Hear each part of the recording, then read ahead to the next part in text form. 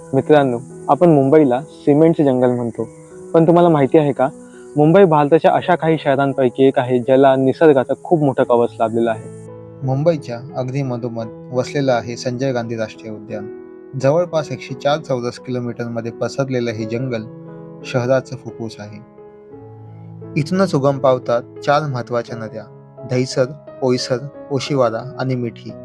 या नद्या जंगलातून वाहत जाऊन शेवटी अरबी समुद्राला मिळतात. समुद्राला मिळण्यापूर्वी या नद्या नैसर्गिक खाड्या आणि कांदळवनांचा एक जाळ तयार करतात.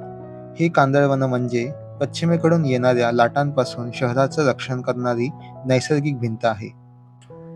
तर पूर्वेला ठाणे खाडीचा विस्तीर्ण पट्टा या शहराला चहूबाजूने सुरक्षित ठेवतो. सोबतच तुळशी, विहार आणि पवईसारखे मोठे तलाव इथली जैवविविधता टिकवून ठेवतात.